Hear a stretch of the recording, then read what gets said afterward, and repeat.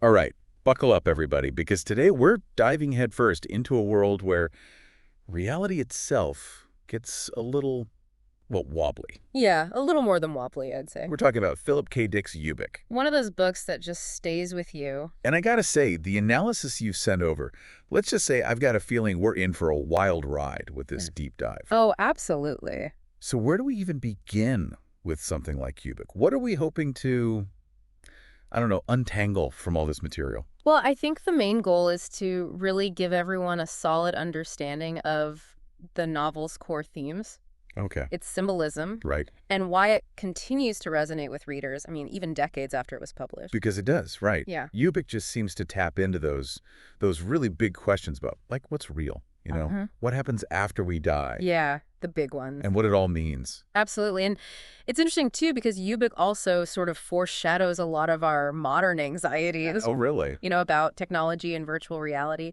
Oh, I see. Okay. artificial intelligence. Like, Dick was kind of ahead of his time with some of this stuff. It's really like he was looking into a crystal ball. Wow. Okay, so before we I don't know, get sucked into this swirling vortex of Ubik's reality, Wait. can we just kind of set the stage a little bit Yeah, for our listeners who might not be as familiar with the story? absolutely. So picture this, Okay. a dystopian future Okay. where technology has advanced to this point where, believe it or not, people can actually communicate with the recently deceased. Whoa, hold on. It's called half-life. Half-life, so like a radioactive element. Kind of, yeah. Okay. Okay. Instead of, a soul just departing to some afterlife, Mm-hmm. your consciousness is preserved in this kind of stasis, Okay. able to interact with the living world, but Yeah. they're gradually fading away. Oh, I see. I see. Their existence has this shrinking half-life. So it's not exactly heaven or hell, I mean, but it's this weird kind of in-between this echo, fading echo. fading echo of who they were. Exactly. And families can actually choose to keep their loved ones in this state. Oh, wow. Interact with them, through these special devices. So it's blurring the lines between life and death in a really, really kind of profound way. It really does. Okay. And then into this already strange world, Yeah. we have Glenn Runsider, Yes. who's our protagonist, Right. and he kind of gets caught in this reality-bending spiral. Yeah, he runs this company Okay. that specializes in inertials. Inertials. Individuals, basically, who have these psychic abilities. They're Okay. used to counter Wonder what? the talents of what are called teeps, Teeps. rogue psychics. Got it. Okay. Causing havoc, you know? Right. And then his team is seemingly killed in an explosion On on the the moon. moon. On the moon. On the moon. Okay. Things get really strange really fast. That's an understatement. Yeah. So that's where the whole deteriorating reality thing comes in. Yeah, the time bending. Yeah. Yeah. Exactly. The survivors of this, Explosion. the surviving members. Yeah, they start experiencing a world where time is, I don't know, it's not behaving normally. Time is flowing in reverse. Oh, wow. Objects are devolving. Like what? Like going back in time? Yeah, into these primitive forms. Wow. And then they're also getting these messages Messages from who? from Runsider, Oh, Runsider. suggesting that maybe they are the ones who are dead, Oh, what? trapped in half-life. Okay, so we don't even know who's alive and who's dead at this point. Exactly. It's like a total mind trip. It is a total mind trip. Okay, now here's what I don't get. Even in this topsy-turvy world, there's still advertising. Yeah, all over the place. Right. Mm. Particularly for this mysterious product called Ubik. It's like even when reality is falling apart, Yeah. consumerism marches on. Well, Dick was very aware of the power of advertising. Yeah. And how it kind of infiltrates every aspect of our lives. Right. So those Ubik ads, they're like a satire Okay. of consumerism. I see. Highlighting our obsession with products. Yeah, even when we're facing like Existential dread. existential dread. Exactly. So I'm picturing these characters Yeah. clinging to their crumbling cans of Ubik. They're retro-evolving cans. Yeah, like it's the last bastion of sanity Right. in this collapsing world. Yeah, and it's even more ironic when you think about how Ubik, this, Yeah, and see you. this heavily advertised product, is also presented as a potential savior. Oh, wow. Like a glimmer of hope Okay. in this disintegrating reality. So it's like a commentary on how we reach for material goods Yeah, to kind of like to try to fill this void when exactly. we're faced with these really big questions Yeah. Right. about life and death. Yeah. Makes you wonder, you know, if Dick is suggesting that maybe we're already living in a world where we're just constantly being sold solutions to Mhm. problems we didn't even know we had. Yeah, isn't that something? It really is. That's a good question. Okay, so we've got this world, right? We've got the setting. Right. But we can't talk about Ubik without talking about Philip K. Dick The man himself. himself, whose life seems to have been almost as strange Just as strange. and unpredictable Yeah, as the worlds that he created. absolutely. I mean, his personal life was a huge influence on his writing, right? Huge influence. I mean, he struggled with his own mental health. Yeah.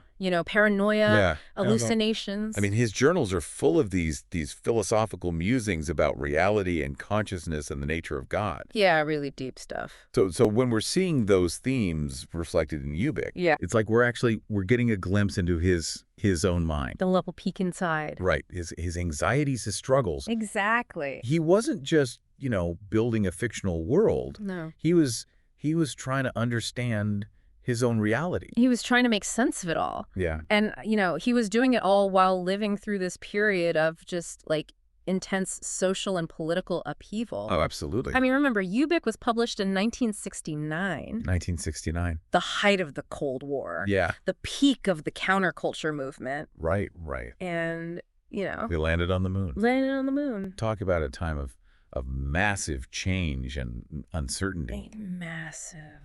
It's no wonder those themes find their way into you. Yeah, it's all right there on the page. This idea of a shifting, unreliable reality. Reality itself was on shaky ground, Yeah. and you just takes it Takes it to the extreme. to the extreme and makes us question, like, Everything. everything. So in a way, Ubik is not just a product of his imagination. No, It's also a reflection of the times he was living in. absolutely. It's a fusion of his personal struggles, his philosophical inquiries, and just like the anxieties of a whole era. Yeah, wow. And that uncertainty really, really manifests in the way time and objects literally deteriorate in the novel. Right? Oh, yeah. It's like a physical manifestation of this breakdown of order. Yeah. Like the world is literally falling apart. It's like entropy, right? Oh, exactly. It's that like this inevitable tendency towards disorder. Mm-hmm. It's almost like he's tapping into our fear of aging, Our primal fear Yeah. of aging, of loss of control, and ultimately, death. our own mortality. Yeah, even though it's set in this futuristic world, it's grappling with some very, very human anxieties. Absolutely. Very human, very timeless anxieties. Okay, now the characters themselves, Yeah, they seem to embody those anxieties, they do. especially Joe Chip, right? Yeah, poor Joe Chip. He's the one who's kind of most vulnerable. He's the most vulnerable. He's almost like a stand-in for the reader, in a way. Okay. You experience this confusion, this disorientation Yeah. of the collapsing world through his eyes. So he's struggling to understand what's real, Yeah. who he is, Yeah. how to even survive in this world that's just, slipping away from him. Absolutely.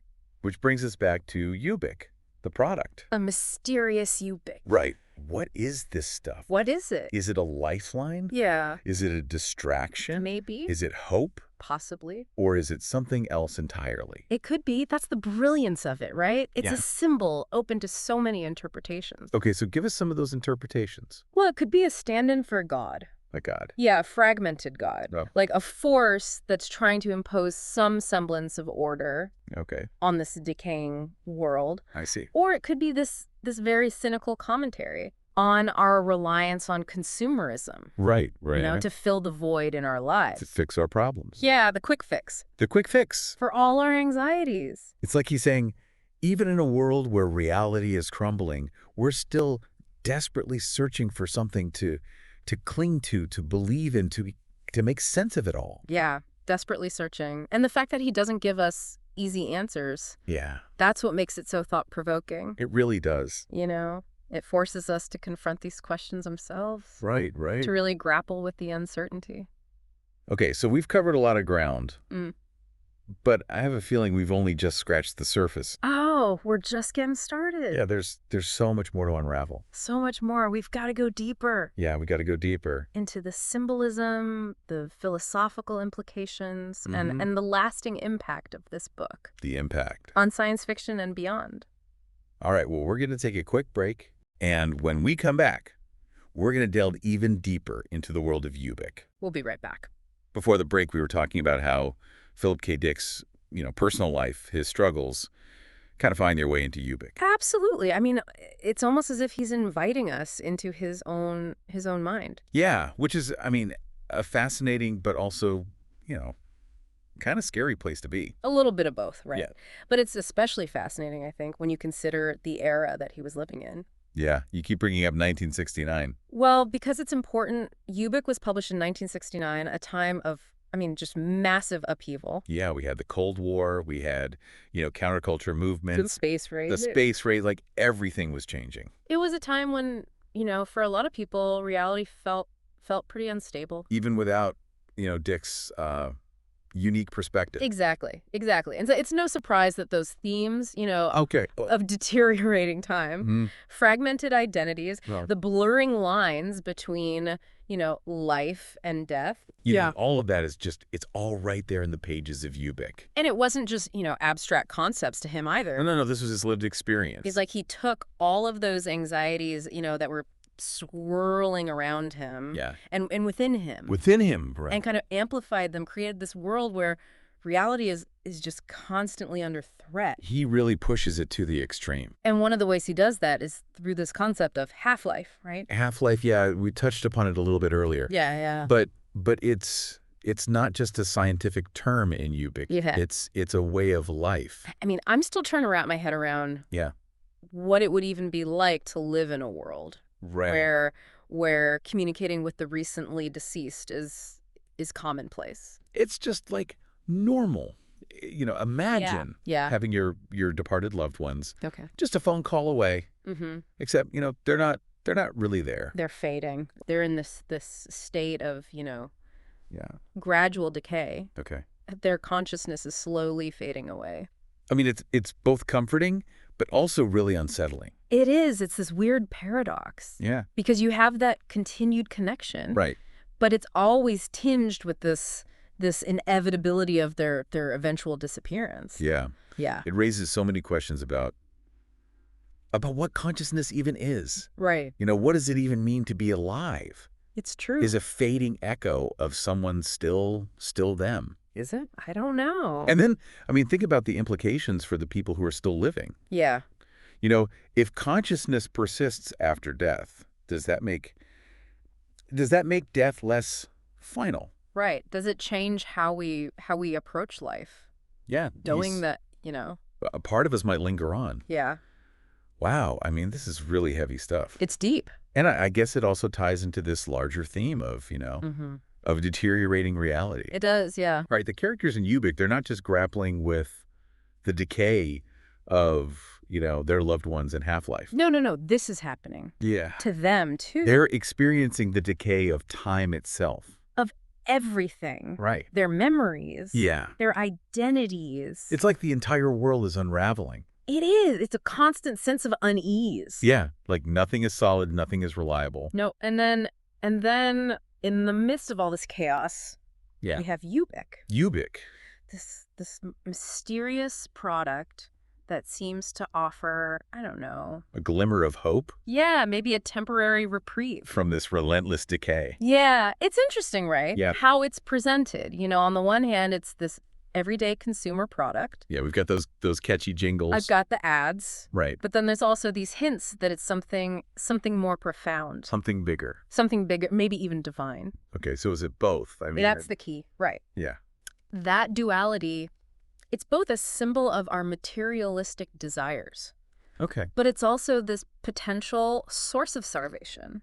It's like it's reflecting how we try to find comfort in things. Yeah, in external things. When we're faced with these really big questions. Exactly. And it's like he's holding up a mirror to our own, I don't know, our own tendencies to just grasp at quick fixes. Yeah. Whether it's, the latest gadget or, Or new ideology. or in this case, Yeah. a can of spray that promises to hold back entropy. It's the ultimate quick fix. Yeah. And you know what's really, really interesting is that What? he never fully reveals what Ubik is. Really? Never. It's ambiguous. It's ambiguous. So we have to come up with our own interpretation. You have to grapple with it just like the characters are grappling with this. Yeah, with this reality that's falling apart around them. Exactly. Yeah. Okay, so we've been talking a lot about, the themes and the symbolism. But is there a danger in reading too much into this?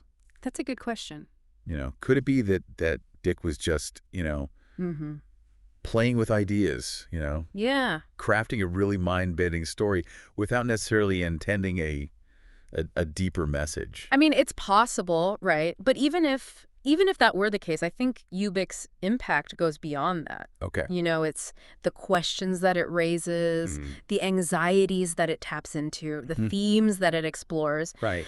They're all deeply resonant with readers. Yeah. Whether Dick planned that consciously or not. It's like he tapped into something really fundamental Yeah. about the human condition. He really did. I mean, these anxieties about reality, identity, The unknown. Yeah, the unknown, they're timeless. Yeah. Right. They just manifest in different ways, Exactly, depending on the era. depending on the era. That's what makes Ubik so enduring, though. Okay, so timeless. It's timeless because it can be read on so many different levels. Give us some examples. I mean, it's a thrilling science fiction adventure. Okay, yeah, it's definitely that. It's a philosophical exploration of consciousness. Right. It's a satire of consumerism. Right. And it's a reflection of our own deepest fears. Yeah, that's true. It's a book that makes you think. It makes you think. It makes you feel. It makes you feel. And it really makes you question everything you thought you knew about the world. It turns everything upside down. Yeah. And I think that's just a testament to Dick's, It's brilliant. his brilliance, yeah, as a writer. He really wasn't afraid to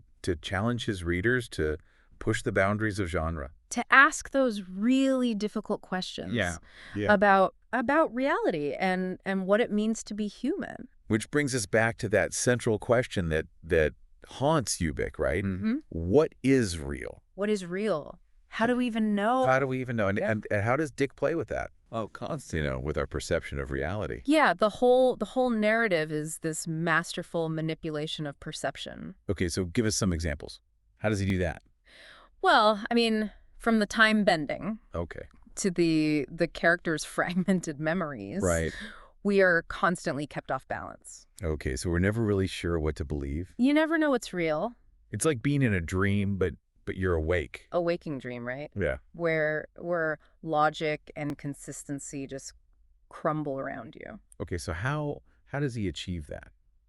Well, one of the most effective techniques is the use of unreliable narrators. Unreliable narrators, what do you mean? Well, we're seeing events through the eyes of characters who are themselves struggling to understand what's happening. Right. So, their confusion becomes our confusion. So we're not just observing this disintegrating reality, we're experiencing it firsthand. Yeah, you're right there with them. Through their eyes. Through their messed up perception. It's really unsettling. It's supposed to be. You're not supposed to feel comfortable. Yeah. Because you never know who to trust. Yeah, or what to believe. Or what to believe. And even the smallest details Okay. of the world, they become suspect. Okay. Yeah. Subject to change. Like those cigarettes, right? The cigarettes, yeah. That turned into like loose tobacco and rolling papers. It's a great image. It's such a vivid image of how, even the most familiar objects can become totally alien and unfamiliar. Completely unfamiliar. And it's not just the objects, right? It's the characters themselves. Oh, absolutely. They're constantly questioning their own identities, their memories. Yeah, their place in this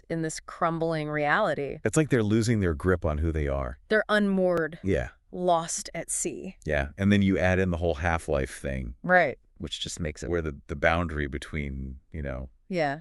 life and death is blurred. Even more unsettling. It just makes it even more unsettling. Exactly. I mean, even the dead aren't truly gone in this world. That they're still there, lurking. Yeah, they're there, they're fading, but Their consciousness is lingering. right. Able to communicate, Yeah. influence. Right. And maybe even manipulate the living. So he's not just playing with our perception of reality. He's also playing with, our understanding of life and death. It's all connected. It's all connected. Yeah. And it raises all sorts of, ethical questions. Ethical and philosophical. Philosophical questions, right. Big questions. That he doesn't really shy away from. He wants us to think about it. He wants us to confront these ideas. Yeah, what are the implications of a technology that lets us, Cheat death. cheat death, hold on to those we've lost? But at what cost? Right, at what cost? It makes you wonder, Yeah. if there's some lines we shouldn't cross. Yeah, some mysteries we just shouldn't try to unravel. Maybe some things are better left unknown. And that's what makes Ubik so compelling. It really is. It's not just a story about a disintegrating reality. It's about something more. It's about this human need, this deep human need to make sense of the world. Yeah. To find order. In all the chaos. In the chaos, in the uncertainty. Yeah. And it's about the choices that we make. Okay. When those desires, Yeah. to find meaning clash with these forces of decay. With entropy. With entropy, exactly. It's a reminder Of what? that reality is fragile. Okay. It's something that can be easily manipulated, distorted. Lost. Yeah. So what is Ubik then? Ubik, the product. Yeah. What does it represent in all of this? Is it a tool to resist that decay? Is it a distraction from these bigger questions? Or is it something else? Or is it something else?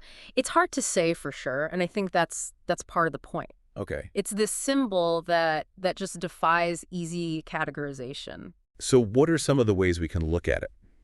Well, one way to look at it is as this representation of a fragmented God. A god. Yeah, like this force that's trying to impose order Okay. on this world that's falling apart. So it's like a flawed attempt at salvation. Maybe, yeah. A kind of a glimpse of hope Yeah. in this world that's losing its grip on reality. Exactly. But it can also be interpreted as this critique, right? Yeah. Of our reliance on consumerism. Right, to fill the void. Yeah, to fill the void.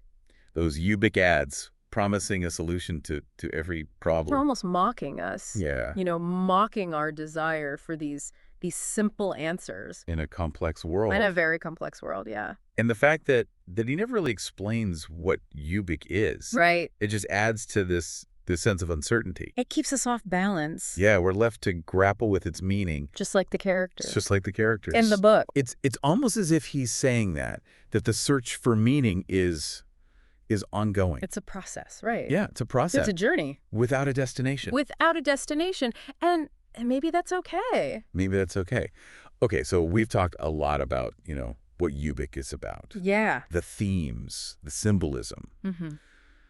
But what about its impact? Yeah, what about its legacy? Yeah, how has this novel, I don't know, how has it influenced other works of science fiction?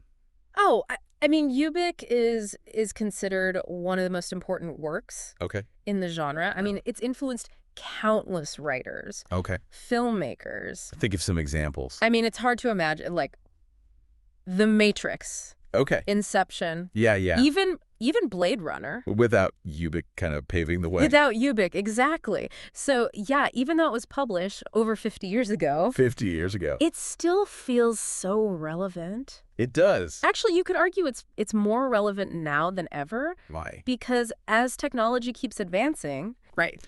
We're facing a lot of the same questions. Okay. That Dick was wrestling with in Ubik. Like what? What is real? What does it even mean to be human in a world that's dominated by technology? Yeah. What happens to consciousness after death? Right. I mean, these are huge questions. Yeah. And they're becoming even more urgent. Yeah, as we enter this era of AI. Yeah, virtual reality. And who knows what else is coming down the pike. Right, exactly. And it's like he was peering into the future. Yeah. And he was seeing these potential pitfalls. Wow.